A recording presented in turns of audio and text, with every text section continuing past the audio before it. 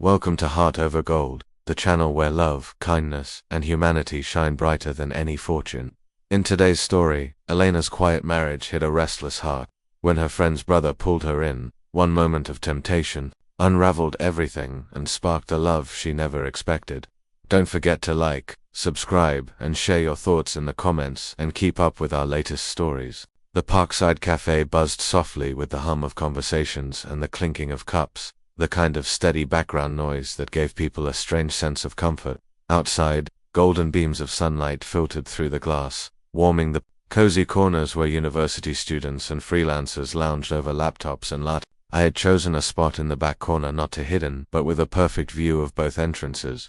It was a habit I hadn't broken since my days in medical residency. Always sit with your back against a wall and your eyes on the door, always. Have an exit. My fingers tightened slightly around the warm mug of peppermint tea I'd ordered, but barely touched. I'd been replaying the conversation in my head all morning, wondering how Robert would look, what he would say. I didn't have to wait long. At exactly 3 p.m. Robert stepped through the glass door, his eyes scanning the room before landing on me. He looked different, tired in a way that went beyond lack of sleep. His brown hair, once always combed neatly to the side, was tousled as if he hadn't looked in a mirror that day. His shirt, normally pressed and tucked, was wrinkled, his jacket slung over one shoulder, and his eyes, they looked sunken, dimmed by something deeper than exhaustion. "Alice," he said as he approached, and despite everything, there was still that unmistakable warmth in his voice, the kind of warmth that used to make me feel like we were on the same team during those chaotic family gatherings. "Robert," I nodded, gesturing to the chair across from me. He sank into it, exhaling like someone who'd been carrying a boulder on his back. "You look well," he said, then winced. "No, actually, you look terrible, but not worse than me, so I guess that's something." I let out a small, humorless laugh. "Fair enough." A barista came over, and Robert ordered a double shot of black coffee. When it arrived, he cupped the mug with both hands like it was something sacred, or maybe he just needed something solid to hold on to. The silence that followed wasn't exactly comfortable, but it wasn't hostile either. We were two people, sitting in the middle of emotional wreckage, unsure of how to begin cleaning it up. Finally, I leaned forward slightly. How long? No preamble, no hesitation. I had learned that when it came to pain, ripping the bandage off quickly was better than peeling it away slowly. Robert didn't flinch. He looked down at the steam curling off his coffee, then back up at me. "It's not easy to say, or even to know for sure, but if you're asking how long it's been going on physically, around 8 months, that's my best guess." I nodded, slowly, not surprised, but still, the confirmation stung. And emotionally, Robert looked like he had expected the question but dreaded the answer. He sighed, rubbed the back of his neck, and said quietly, "Much longer." I blinked. "How much longer, Robert?" He hesitated, then said something that made my blood run cold. "Do you remember Lucy's engagement party?" My mind flashed back to that day, the twinkling fairy lights, the champagne flutes, the laughter. Lucy had been glowing, and Michael had been so involved, so attentive, helping her plan everything down to the napkin color. 4 years ago, I whispered. Robert nodded, his eyes distant. "Michael offered to help with the flowers, the music, even the cake tasting. I thought it was sweet. He was your boyfriend after all, and Lucy kept saying how lucky you were, how amazing he was." She went on and on about how thoughtful he was, how he made her laugh. I remembered that too. At the time, it hadn't seemed strange. I thought she was just happy for me. I thought they were bonding, Robert said bitterly. I thought, hey, they're family now, it's good they get along. I had no reason to question it. His voice trembled a little now, but the way they looked at each other, the way they laughed at inside jokes, I didn't understand. I see it differently now. I went back through old messages. There were hints, nothing obvious. But in hindsight, there were signs. I just didn't want to see them. I felt like the floor had tilted. This wasn't an 8-month betrayal. It was years of lies dressed up as loyalty. Years of stolen glances and quiet deception. My whole relationship, my whole marriage was built on a foundation that had been rotting from the start. "I'm sorry, Alice," Robert said, his voice low. "You didn't deserve any of this.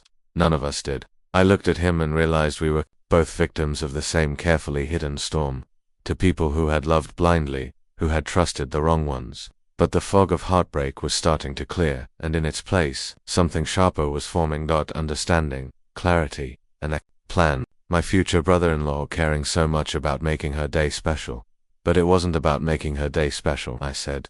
the pieces clicking into place. No, it was about getting closer to her. I found their old text messages on Lucy's phone last week when I was looking for our insurance information after she left. Messages from years ago. Alice, compliments that crossed lines, inside jokes I was never a part of, late-night conversations that had nothing to do with party planning. The betrayal deepened with each word. For years, they'd been building this connection for 4 years, while I'd been blissfully unaware, planning a life with a man who was slowly falling in love with my sister. "Why didn't you say anything sooner?" I asked. Robert's face crumpled slightly. "Because I loved her.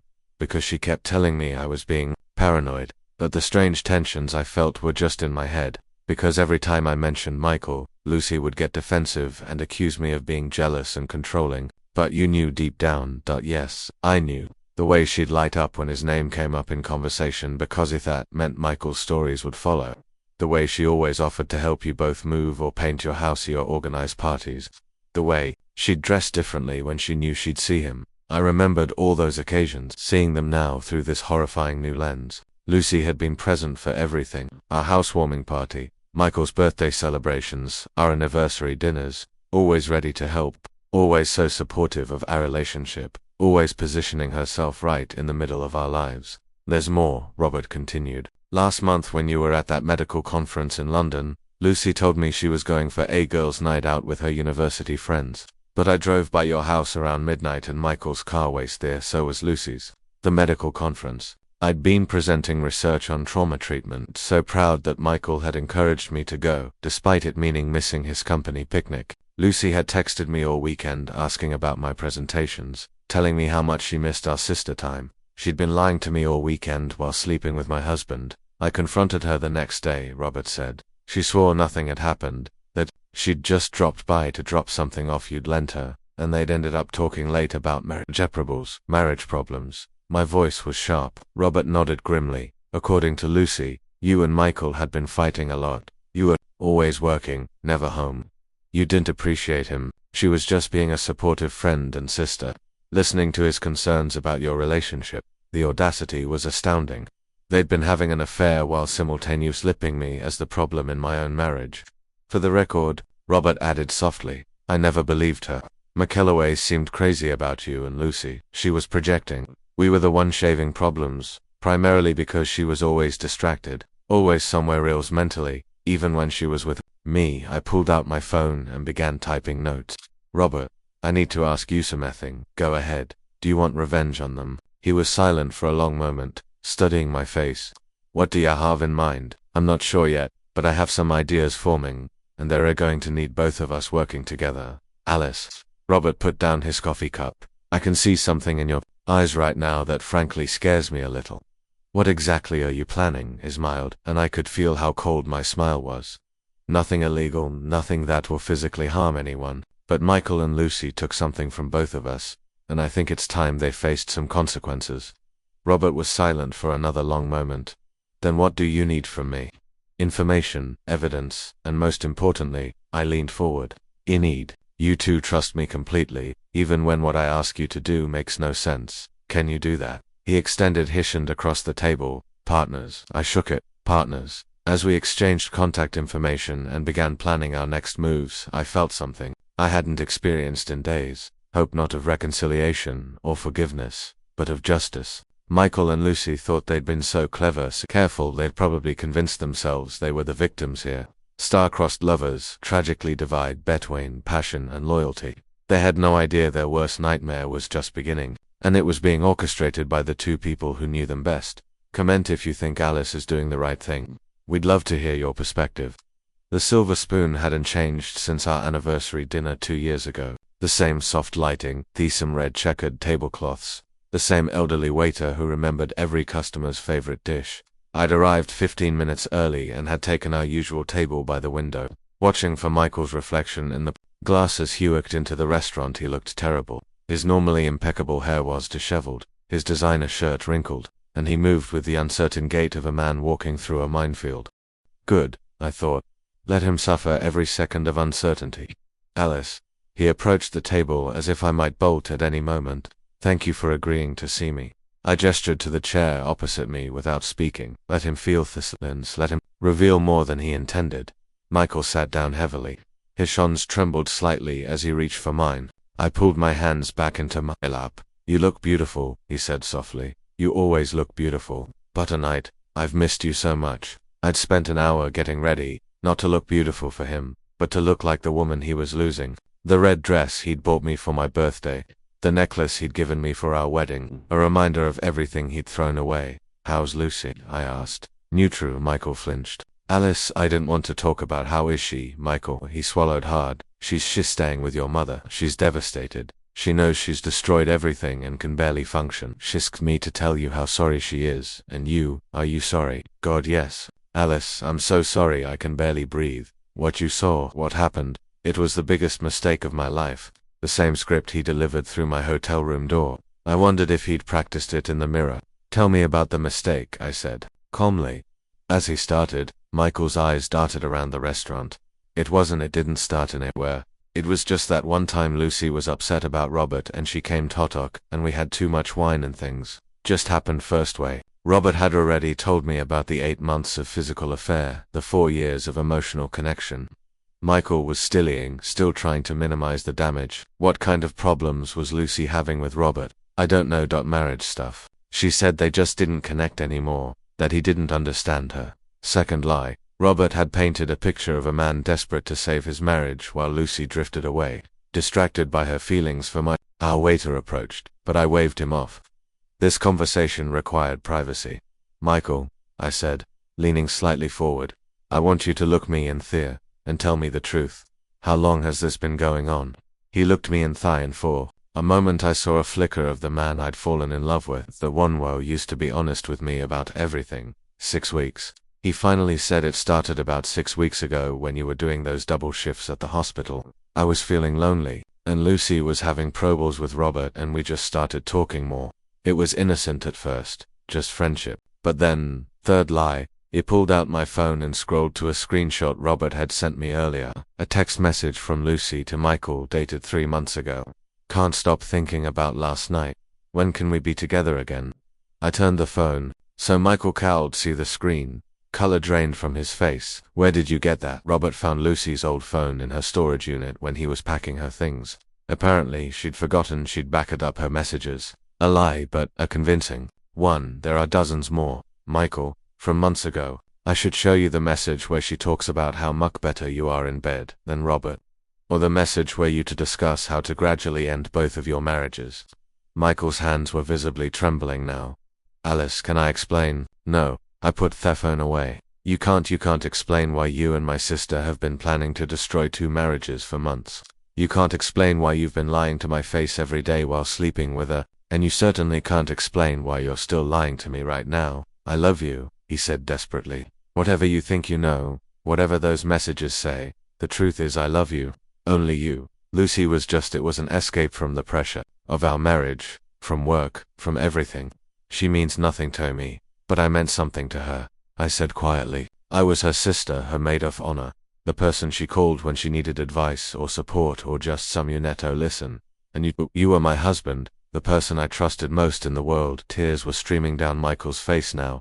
I know how badly I mess it up, but Alice, please, we can fix this. We can go to therapy. We can work through it together.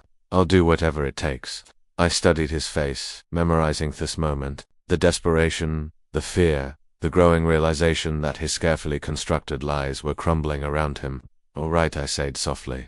All right. Hope flared in his eyes. I'm willing to try, but there have to be conditions. Whatever, just tell me. I pulled a folded piece off a pair from my purse. I'd had my lawyer draft a postnuptial agreement. If we're going to work on our marriage, I need some security. Michael unfolded the paper, and I watched his expression shift as he read. The agreement was heavily skewed in my favor. I would retain sole ownership of my medical practice, our joint savings account, and the house we'd bought together. Michael would keep his business and his car. Beauty of everything else would be considered separate property from now on. This is pretty extreme, Alice. You destroyed our financial partnership when you started sleeping with my sister.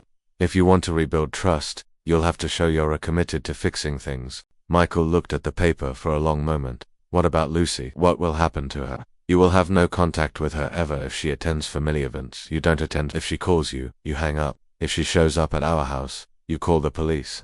Zero contact, complete and total. And if he agreed to all this, I extended my hand across the table and took his, letting him see the hope in my eyes.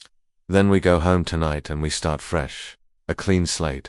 Michael's relief was palpable. Yes, absolutely. Where do I sign? I handed him a pen and he signed the postnuptial agreement without reading the fine print, without noticing the clause that gave me the right to dissolve the marriage and keep everything if he violated the no-contact order, without realizing he had just legally protected me before the real revenge even began. I love you so much, Michael said as he finished signing. I promise you won't regret this. I'm going to spend every day making it up to you. His hand, I'm counting on it. As we walked out of the Silver Spoon together, Michael's arm around my shoulders, as if nothing had happened, my mind was already on phase 2 of my plan. The hardest part was over. I had my husband exactly where I needed him now. It was Lucy's turn. Are you ready for the next phase of this? Don't forget to subscribe and turn on notifications so you don't miss a single detail. The text message arrived at 6:42 a.m. just as I was finishing my morning coffee on our back patio. Michael had left early for a business meeting, kissing me goodbye with what he probably thought was convincing tenderness. I'd smiled and kissed him back, playing the role of the forgiving wife perfectly. Alice, please, I know you hate me, but I need to talk to you. I'm losing my mind. Mom won't stop crying, Robert won't return my calls, and Michael won't even look at me. You're the only family I have left. Lucy, right on time. I'd been expecting this text ever since Robert told me she'd been staying with our mother. Mom had always been Lucy's place, the one who made excuses for her impulsive behavior and cleaned up her messes. But even Mom's patience had limits, and apparently sleeping with your sister's husband crossed several of them. I texted back, meet me at Regent's Park at 10 a.m. by the pond where we used to feed the ducks as kids.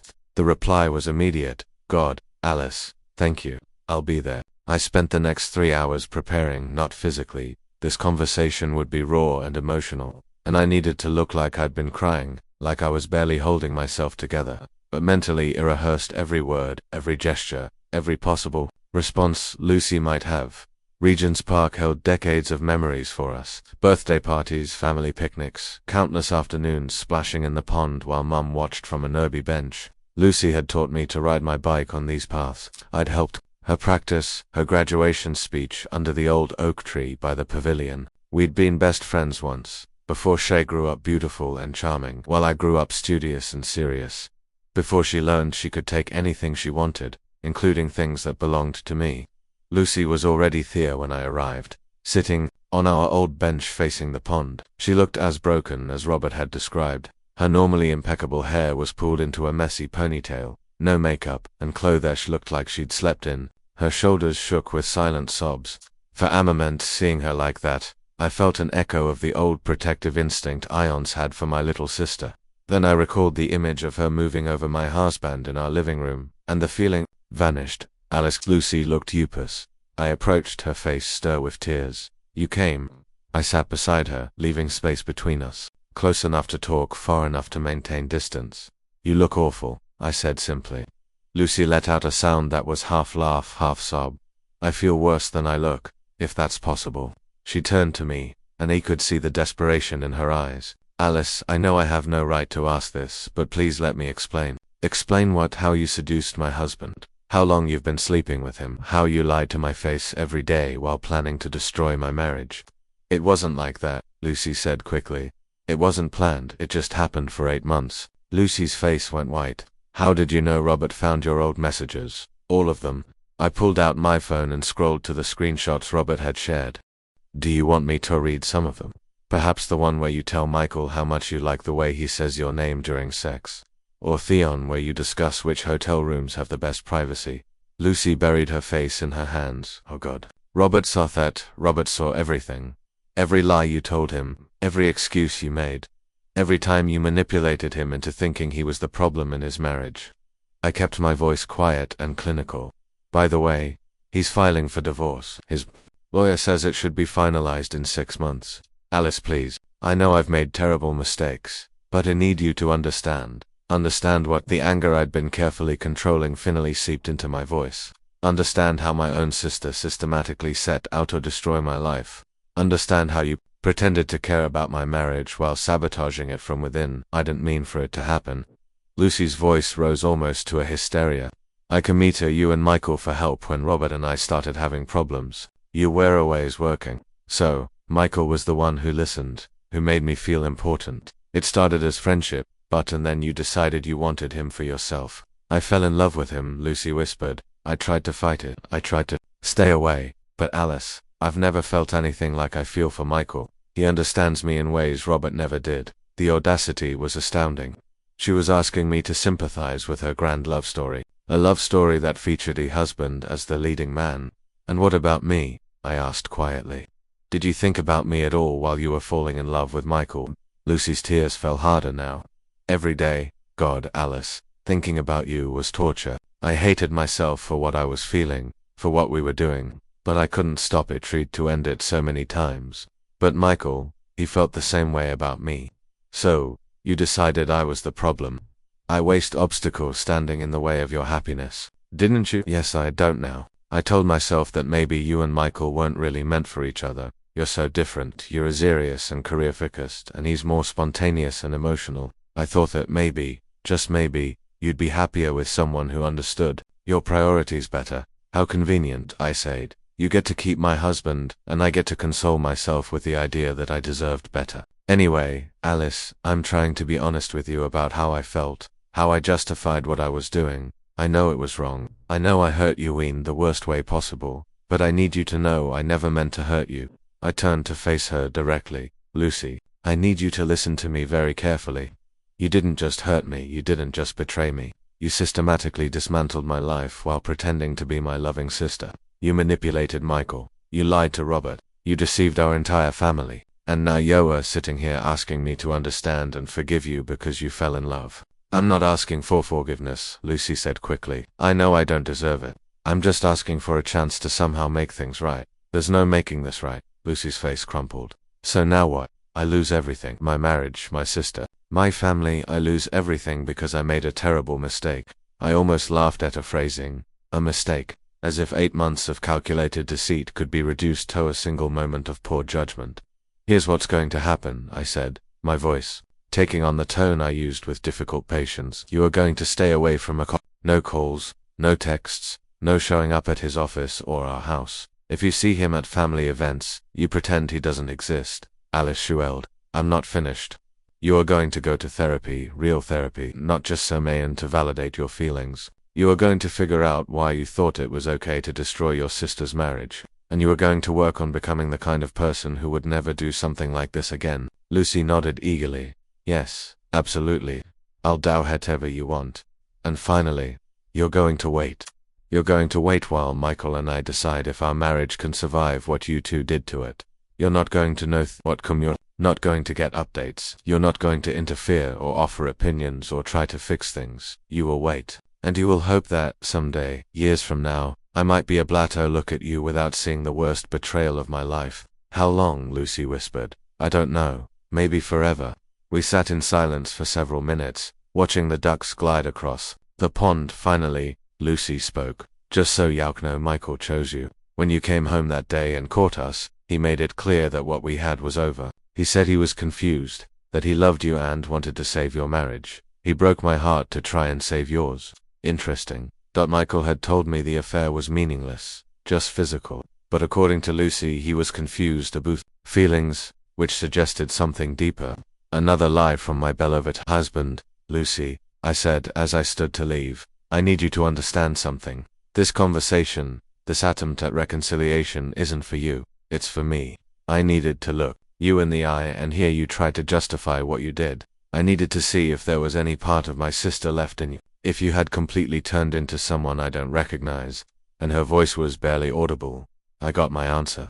I walked away without looking back, leaving Lucy alone on the bench where we'd spent so many happy afternoons as children. Behind me, I could hear her sobbing, but I felt no urge to comfort her. Phase 2 was complete. Lucy was isolated, guilt-ridden, and completely cut off from Michael. Now she would stew in thought misery, wondering if she'd lost everything for a man who had ultimately his wife. But the true masterpiece was yet to come, because while Lucy thought Michael had chosen me, and while Michael thought I was willing to rebuild our marriage, neither of them understood the true nature of my plan. They were both about to discover that some games have rules only one player knows. Do you think Michael truly loves Alice, or is this all part of her plan? We want to know your theory. Leave your comment. 3 weeks after our reconciliation, Michael had settled into the role of second-rate husband with surprising dedication. He brought me coffee in bed every morning, left love notes in my medical bag, and planned romantic dinners that felt like elaborate apologies. To anyone watching us, we looked like a couple working through their issues with maturity and commitment. The act was exhausting. Dr. Miller, my nurse, Angela, poked her head into my consulting room where I was reviewing patient files. Your husband's here with flowers. Shall I send him in? I glanced at the clock to 30 p.m. right on time. Michael had been surprising me at work every few days, always with some grand gesture designed to show my colleagues how devoted he was to making our marriage work. Send him in, I said, quickly minimizing the browser window where I'd been researching property law. Michael walked in carrying a bouquet of white roses, my supposed favorites, though I'd always preferred daisies. He'd forgotten so many small details about me over the years, too busy paying attention to Lucy's preferences instead. Hello, beautiful. He leaned in to kiss my cheek, and I forced myself not to recoil. I was in the neighborhood and thought you might need something to brighten your day after that difficult case this morning, the Mrs. Rodriguez follow-up appointment. Michael had actually been listening when I mentioned it at breakfast, which was more attention than he'd paid to my work. In months thereafter, I said, accepting the flowers, but you didn't need to cross town just for this. I want to show you every day how much you mean to me. His voice had that sincere tone that had once felt endearing and which I now recognized as manipulation. Besides, I have news. Oh, Michael pulled up a chair, settling in as if he planned to stay a while. The Morrison Group called me. They want to offer me a partner position at their Manchester office. My blood ran cold, but I kept my expression neutral. Manchester. That's a big move. It would be perfect for us. Alice. A fresh start away from all the memories and complications here. We could buy a house by the water and you could find a position at one of the hospitals there. Maybe even take some time off to focus on starting our family.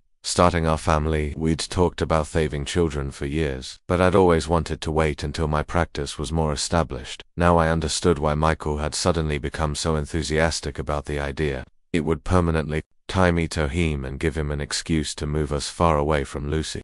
Sounds like a wonderful opportunity, I said cautiously. When would this start? They'd want me there by the end of next month. I know it's fast, but Alice, this could be exactly what we need. A chancito rebuild in a new place. Just the two of us. Without Lucy, without Robert, without reminders of their betrayal, Michael had found the perfect solution. Erase all evidence of his affair and start fresh with a wife who had already proven she was willing to forgive him. I'll think about it, I said. Michael's face fell slightly. I was hoping you'd be more excited. This is a big career opportunity for me, and it would solve so many of our problems. I put down my pen and looked at him directly. I thought, we were solving our problems here. We are. But Michael ran a hand through his hair, a nervous gesture I'd come to recognize. It's hard, Alice, being in the same city as Lucy, knowing she's suffering because of what happened between us. Sometimes I see her car when I'm driving around town, and I just feel terrible about the pain I caused her. There it was, the truth, slipping out despite his careful facade. Michael didn't want to move to Manchester for our marriage. He wanted to escape the guilt of seeing Lucy suffer. You feel terrible about the pain you caused her, I repeated slowly. Yes. Well, I feel terrible about the pain I caused everyone. Michael leaned forward, reaching for my hands. But especially you're the one I hurt the most, and you're the one I love. That's why this move would be so good for us. I allowed him to take my hands, noting how his touch no longer produced any flutter of attraction. Michael, can I ask you something? Anything. When you were with Lucy, did you ever think about leaving me for her? The question caught him off guard. I watched his careful composure crumble. Ash struggled to find the right answer. That's not important now, he finally said. It's important to me. Michael wasn't for a long moment, his thumbs tracing circles on my knuckles. There were times when I felt confused about my feelings.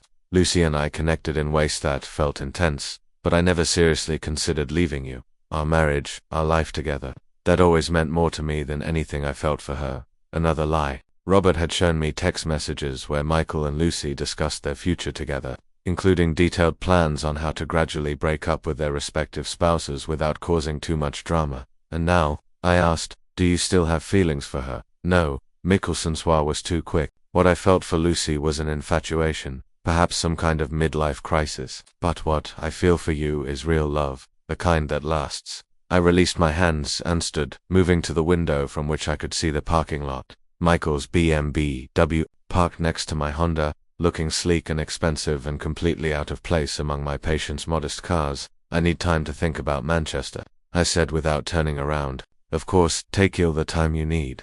Michael rose and came behind me, his hands resting on Miss Holder's. I just want you to know that wherever we go, whatever we do, my priority is earning your trust back. I leaned into him, letting him think. I accepted his comfort. I know, I whispered. But as Michael held him, neither of us spoke. I was calculating timelines and possibilities. Manchester would significantly complicate my plans, but it wouldn't derail them. If anything, Michael's desperation to escape the consequence of his actions would make the final phase even more devastating. After Michael left, I pulled out my phone and called Robert. Alice, how's the performance going? He wants to move us to Manchester. New job, fresh start, through whole package. Robert was silent for a moment. That's actually perfect, you know, because Lucy's been talking about following him. She's convinced that if she can get Michael alone, away from you and all the guilt, she can win him back. Did she tell you this? She's been leaving me voicemails, trying to convince him to help her get Michael back so we can both move on with our lives. Apparently, she's been researching job opportunities in Manchester. I smiled, though Robert couldn't see it. Interesting. And what did you tell her? That she's delusional if she thinks I'd help her pursue your husband. But Alice, if she follows them to Manchester, then she'll be playing right into your hands. Exactly, I finished. Robert, I need you to do something for me. It's going to sound strange, but trust me. What do you need? I need you to encourage her. Excuse me, tell Lucy that maybe she's right. That maybe Michael only chose me because we caught them, and that maybe, if she could get him alone somewhere new, she'd have a real shot with him. Robert was silent for so long, I thought the call had dropped. Alice, what exactly are you planning? Justice, I said simply, for both of us. That night, I found Michael in his study, laptop open, presumably researching Manchester. He looked up when I walked in, hope lighting his features. I've been thinking about your job offer, I said, settling into the chair opposite his desk, and I think you're right. A fresh start might be exactly what we need. I watched relief flooded face. When do we need to give them an answer? Michael rose from his chair and pulled me into his arms before he could blink. Really, you mean it? I mean it, I said, allowing myself to be embraced. But I have one condition. Name it. I want us to renew our wedding vows before we move. Something small and private. Just us and a few close family members. I want to publicly recommit to our marriage before we start this new chapter. Michael pulled back to look at him, his eyes shining with unshed tears. Alice, that's perfect. Yes, absolutely, yes, good, I said, reaching up to touch his face, because I want Everione to see how much we love each other. I want them to witness our commitment to making this work. What I didn't tell Michael was that I also wanted everyone to witness what would happen when that commitment inevitably broke. Because phase 3 of my plan was about to begin and it required an audience. What unexpected twist do you think the vow renewal will hold? Leave your predictions in the comments. The invitations for the vow renewal were works of art, cream cardstock with gold embossing carefully worded to convey both celebration and redemption. Michael had insisted on the best of everything. The venue, the flowers, the photographer. He wanted our reaffirmation ceremony to be a public declaration that our marriage had survived its biggest test. He had no idea it would actually be a funeral. They're beautiful. Angela Minas poked her head into my office as I examined one of the invitations I'd brought in. Though I have to say, after everything that happened with your sister, doing a vow renewal seems incredibly brave or incredibly stupid, I replied, sealing another envelope. Time will tell. The guest list had been carefully curated. Our parents, a few close friends, Michael's business partners, some hospital colleagues, and after much deliberation, Lucy and Robert. Michael had protested and Alice, I don't think that's wise. It might be too painful, too complicated. Their family, I'd insisted. If we're truly starting fresh, if we've literally forgiven and moved on, then we shouldn't be afraid to have them there, but Lucy might be uncomfortable. Let Lucy decide what she can handle. I'm extending the invitation. What she does with it is up to her. The truth was, I needed Lucy there.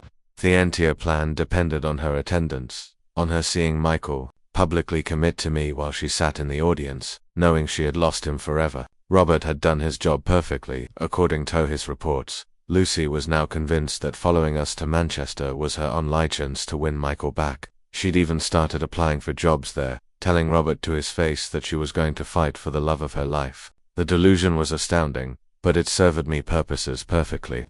2 weeks before the ceremony, I received a call from Lucy. I almost didn't answer, but curiosity won. Alice. Her voice was shaky, uncertain. I got your invitation. I want to come. I know it sounds crazy, but I want to be there to support you and Michael, to show that I respect your marriage and that I'm truly happy you're working things out. The act was almost convincing, almost. Are you sure that's wise? I asked. It might be painful for you. You've been going to therapy like you suggested. Dr. Hayes says facing difficult situations hidden is part of my healing process. Besides, you're my sister. If you can be generous enough to invite me, I can. Be strong enough to attend. Dr. Hayes. I made a mental note to investigate Lucy's therapist. I wondered if she was being honest about her progress or just learning to lie more convincingly. And Robert, I asked. He's not coming. He thinks it would be too awkward, and frankly, I agree.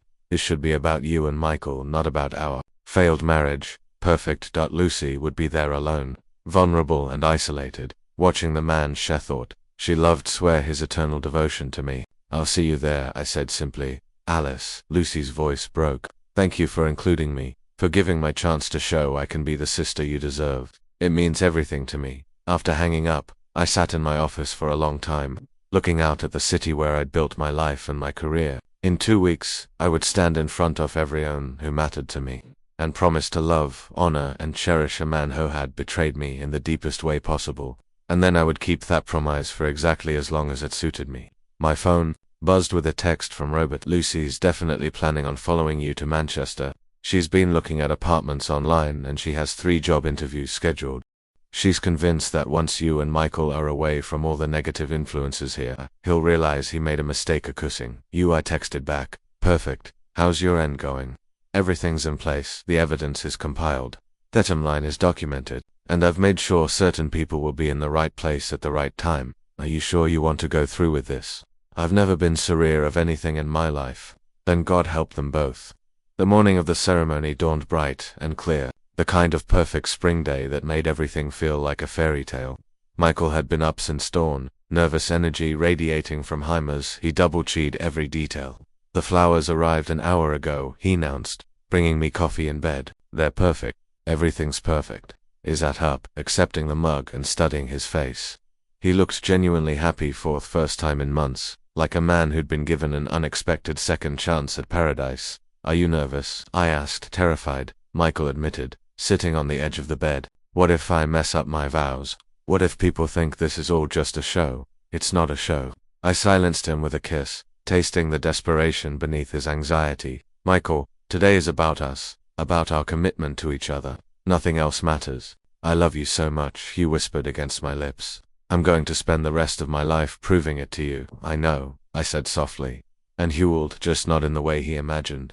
3 hours later, I stood in the bridal swat at the Riverside Gardens, the same venue where we'd held our original wedding 5 years ago. My mother fluttered around me, adjusting my dress and nervously chattering about the guest list. I still can't believe you invited Lucy, she said for the 3rd time. After what she did, she's my sister, Mum, and she's getting help, I said. Dr. Hayes can say whatever she wants. That girl destroyed your marriage and almost ruined our entire family. The fact that you're generous enough to include her today just shows what a much better person you are than she is. Through the window I could see guests arriving, Michael's parents looking distinguished and slightly uncomfortable, my hospital colleagues dressed in their finest and likely gossiping about their circumstances that had led to this renewal, a few neighbors who were friends with both couples and who no doubt were curious about the drama, and they're stepping out of a taxi in a perfectly hugging navy blue dress was Lucy.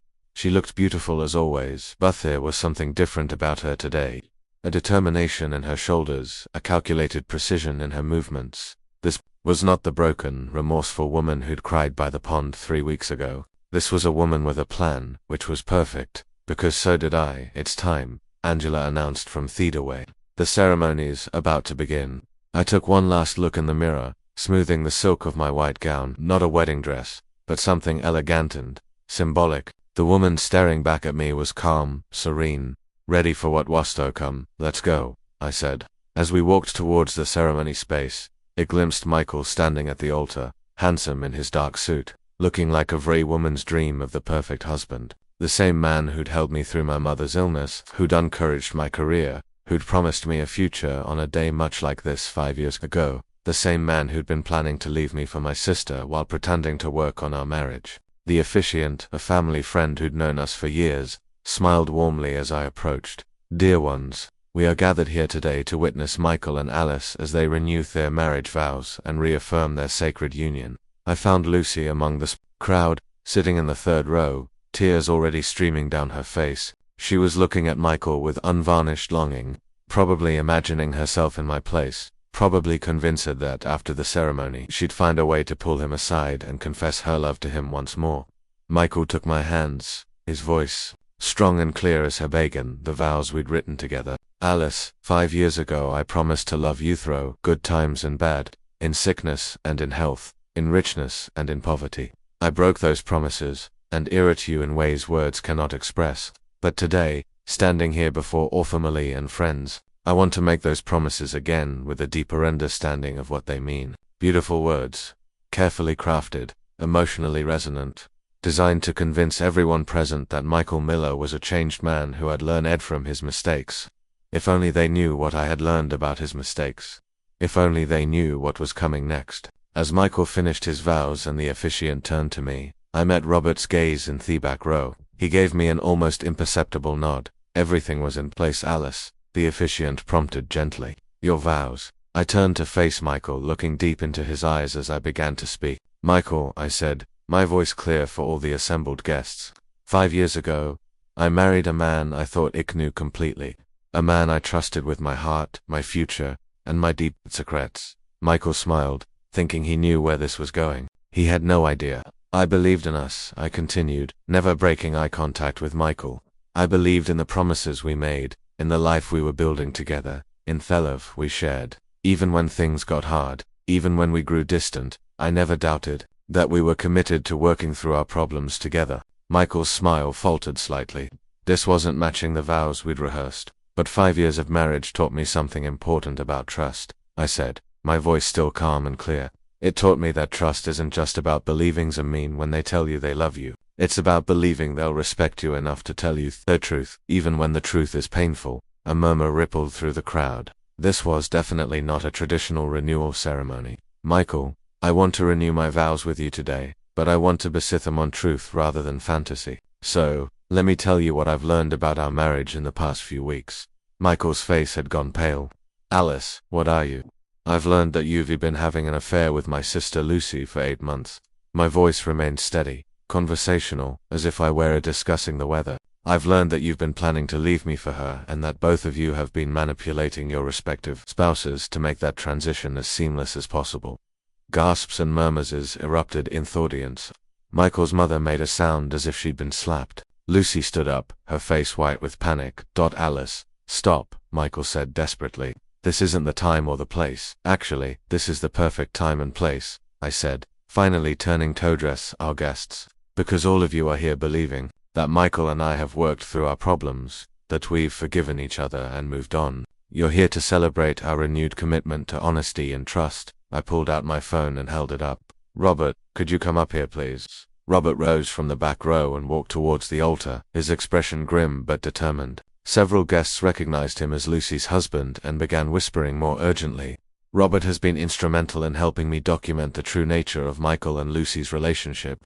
I continued. Show them, Robert. Robert connected his phone to the venue's sound system, a detail we'd arranged beforehand. The first image that flashed on the large screen behind the altar was a text message thread between Michael and Lucy, dated 6 weeks ago. Michael, I can't keep pretending with Alice. Every day feels like a lie. Lucy, I know, baby, but we have to be smart about this. Robert's already suspicious. And if Alice finds out before we're ready? Michael, ready for what? To destroy 2 marriages? To tear your family apart? Lucy, Michael, ready to be together? Really together?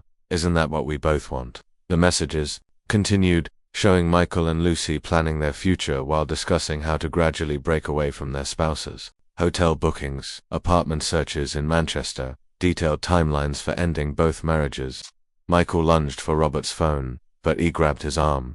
Let them see everything, Michael. Let them see what our marriage was really like while you were planning your escape strategy. This is insane. Lucy shrieked from the audience. Alice, you're having some kind of breakdown. Michael chose you. He ended things with me to save your marriage. Did he? I asked, signaling Robert to advance to the next set of messages. These were from just 2 days ago after Michael had supposedly recommitted to our reconciliation. Lucy, Michael, I can't stop thinking about you.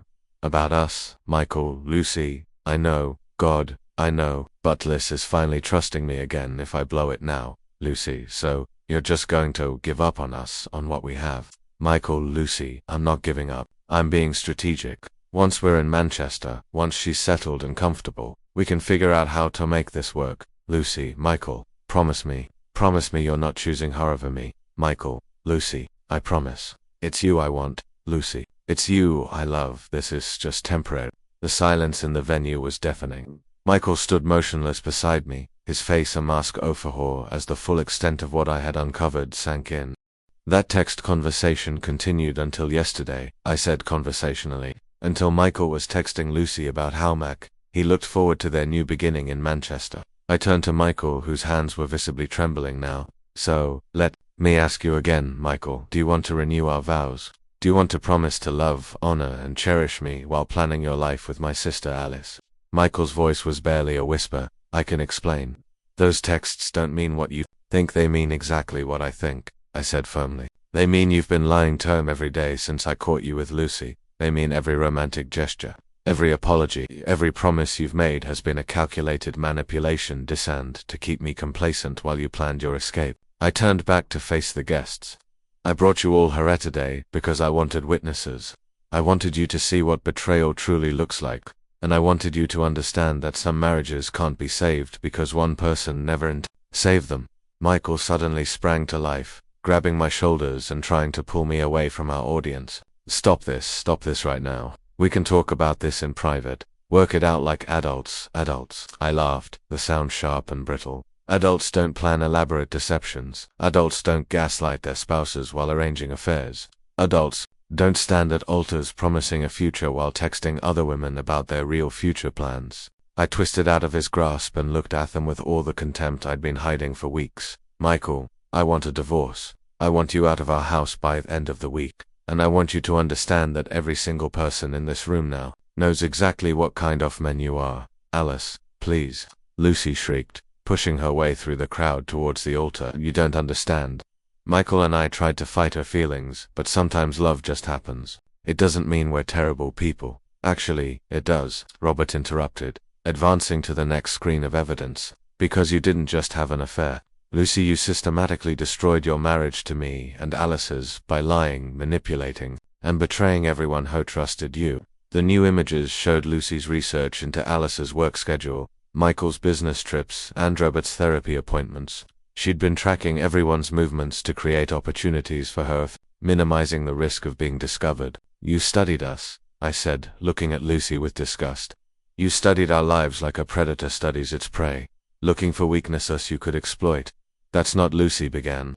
You convinced Robert he was imagining things when he suspected You told him he needed therapy for his paranoia while you slept with my husband in our bed. You made him doubt his own sanity to protect your lies. Robert stepped forward, his voice resonating in the silent venue. Lucy told me I was becoming controlling and jealous. She convinced me to start taking anxiety medication because my suspicions were hurting our marriage. She made me believe I was the problem while she planned to leave me for Michael. The cruelty was breathtaking, and I could see it registering on the faces of our guests. This wasn't a simple case of two people falling in love despite their circumstances. This was psychological warfare waged against the people who had loved and trusted the most. So no, I said, pulling off my wedding ring and dropping it on the altar. I will not renew my vows today. I will not move to Manchester, and I will not pretend this marriage can be saved by a man who never intended to save it. Michael stood there, lost and desperate, probably trying to calculate if there was any way to spin this situation in his favor. Lucy had sunk into a nearby chair, her face buried in her hands as the full scope of her exposure sank in. One more thing, I added, pulling a manila envelope from my purse. Michael, these are the divorce papers. I'm filing for divorce on the grounds of adultery. And thanks to the post-nuptial agreement you signed, IOB keeping the house, the practice, and most of our savings, you can keep your business and your car, and you're welcome to start your new life with Lucy using whatever you have left. I handed him the papers. Then I turned to address the crowd one last time. Thank you all for coming today. I know this isn't the ceremony you expected, but I hope it's been educational. There's champagne and cake in the reception hall if anyone's interested in staying. Consider it a celebration of truth, justice, and the end of a marriage that should have ended months ago. As I walked down the aisle, leaving Michael alone at the altar, I felt something I hadn't experienced in weeks. Freedom. The weight of pretense, of acting, of trying to save something that had never been worth saving, lifted from my shoulders. Behind me, I could hear chaos erupting as guests processed what they had witnessed. Shocked conversations, angry accusations, the sound of Sumian sobbing, probably Lucy, but I didn't look back. I had one more stop to make before this was truly over. Don't miss the next video to find out the shocking conclusion to this revenge story. Do you think Alice will find true happiness? Subscribe to find out. I found Lucy in the parking lot 20 minutes later, slumped against her car and sobbing into her phone. She was talking to someone in desperate, pleading tones, likely trying to find a friend or family member to comfort her after what had just. She ended the call when she saw me approaching.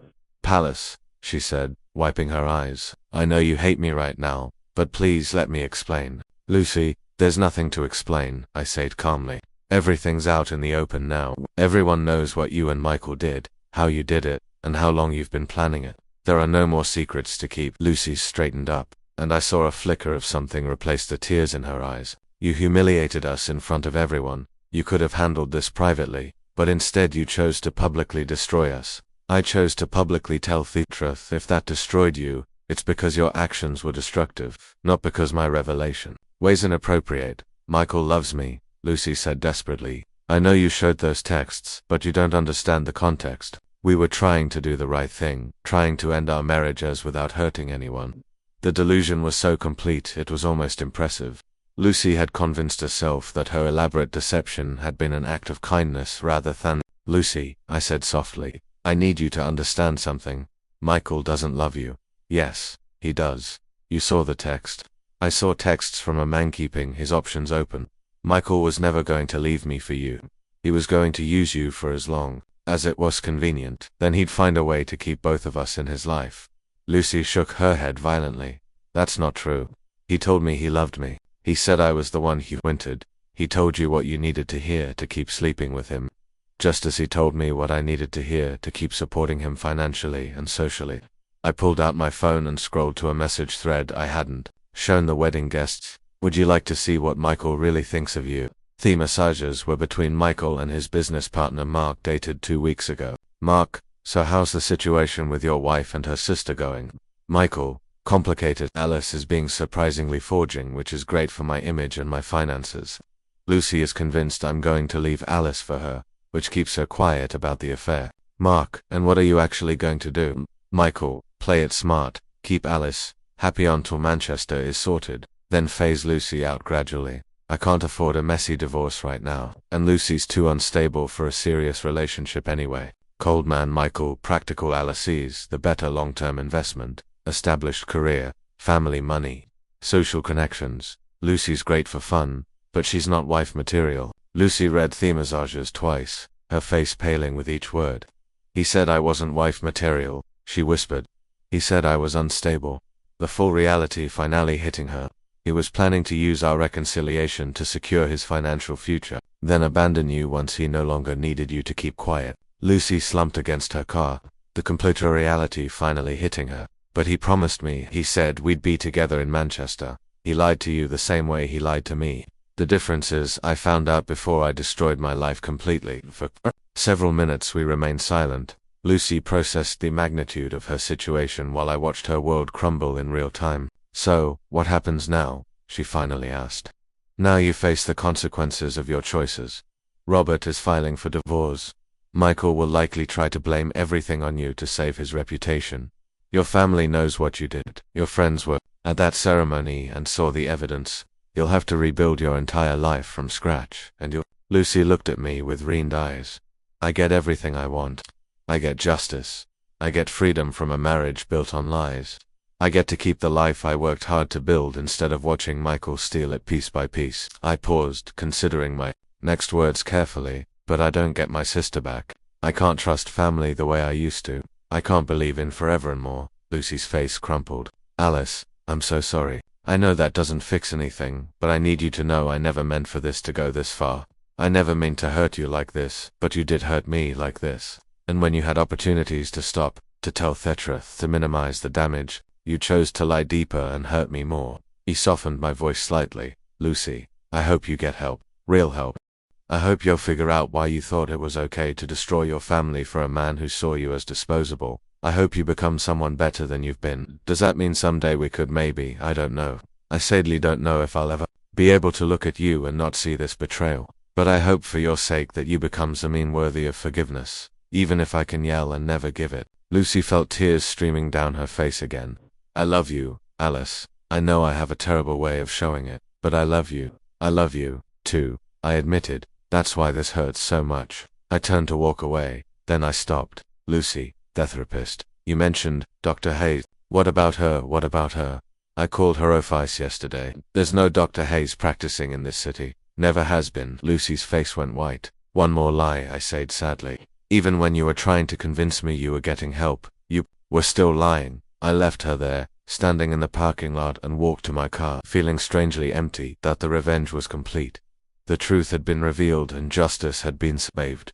Michael would lose his reputation, his marriage, and most of his assets. Lucy would lose her family, her marriage, and her social standing. But as I drove away from the Riverside Gardens, I realized that revenge, however perfectly executed, couldn't give me back what I had truly lost. It couldn't give me back the ability to fully trust. It couldn't give me back the sister I had lost or the marriage I had believed in. But as I pulled into my garage now, thanks to the postnut Tralagriant, I realized that perhaps that was okay.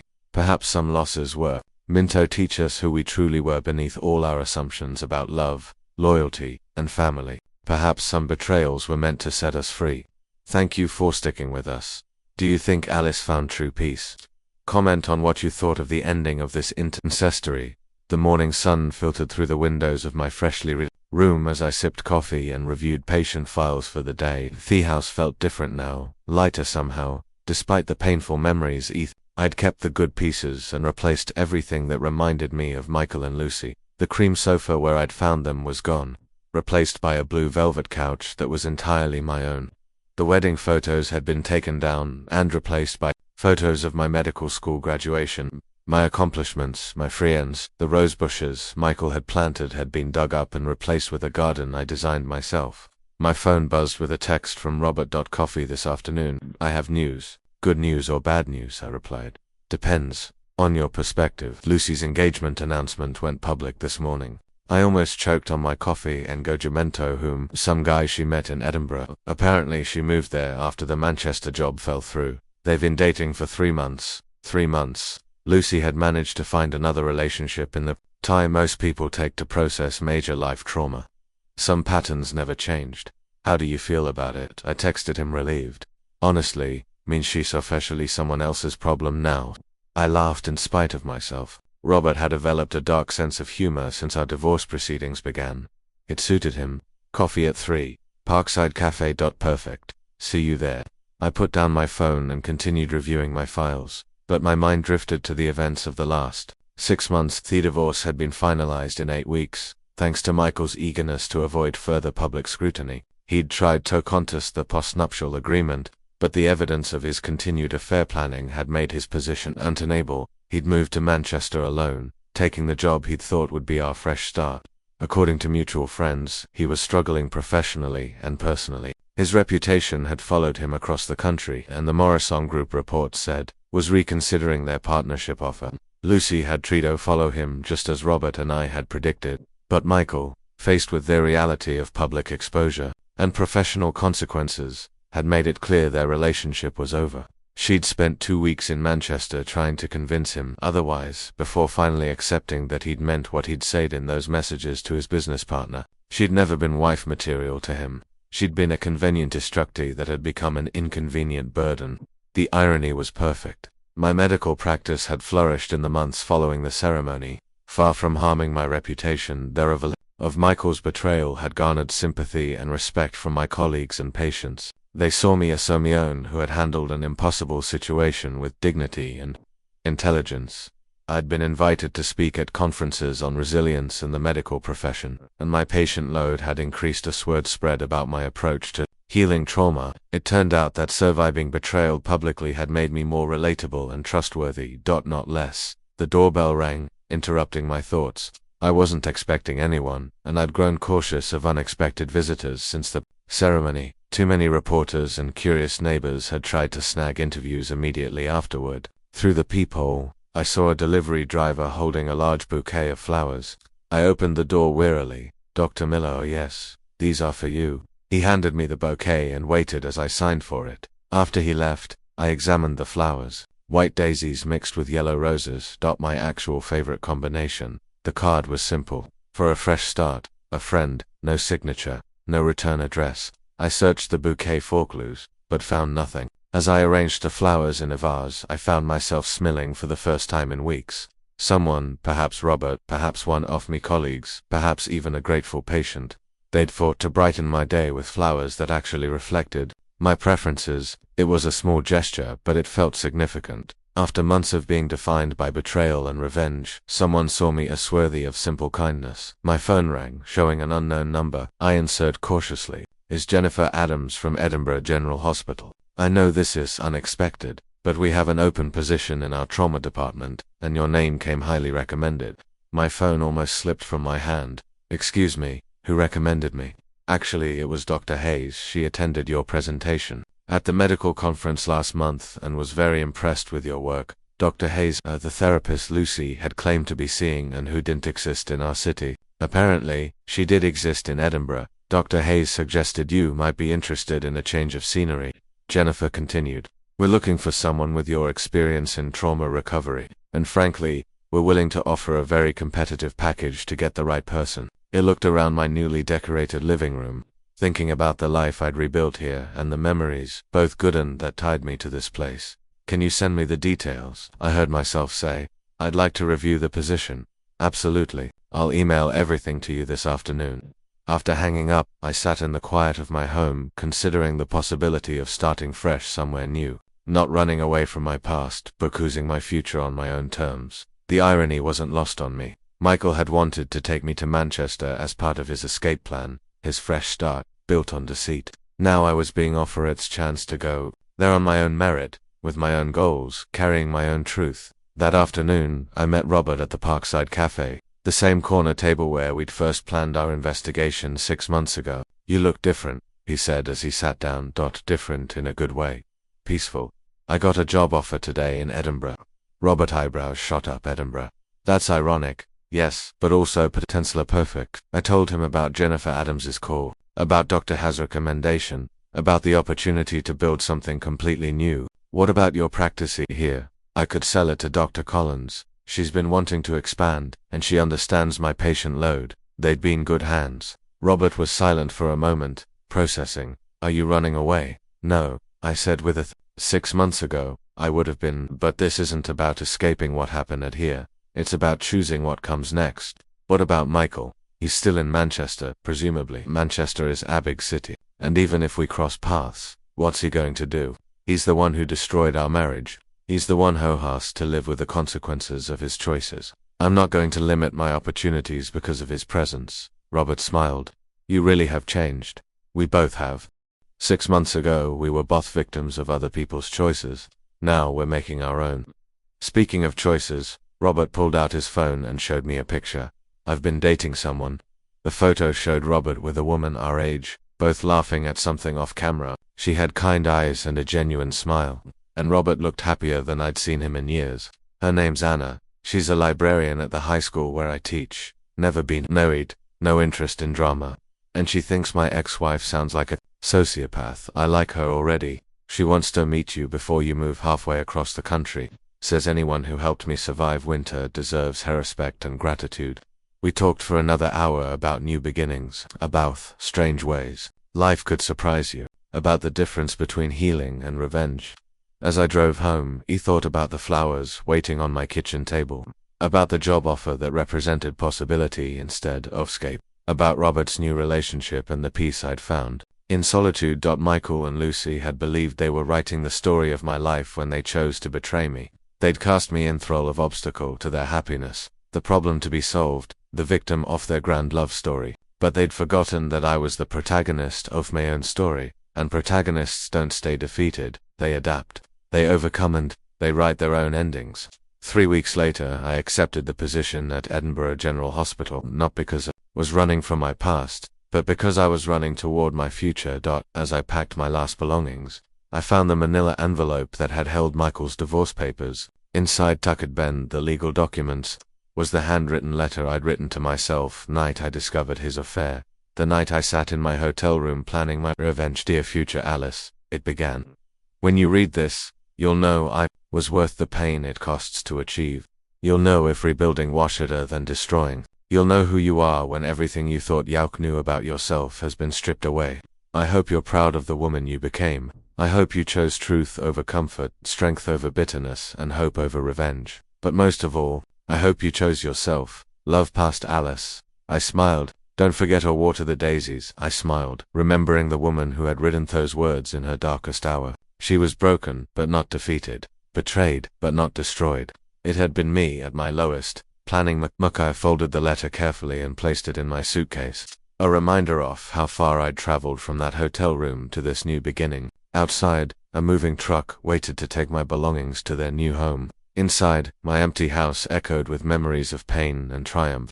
As I locked the door fourth last time, I whispered a thank you to the woman I'd been and a promise to the woman I was becoming. Then I got into my car and drove towards whatever came next, carrying with me nothing but truth, my hard-won wisdom, and the absolute certainty that I would never again let anyone else write the story of my life.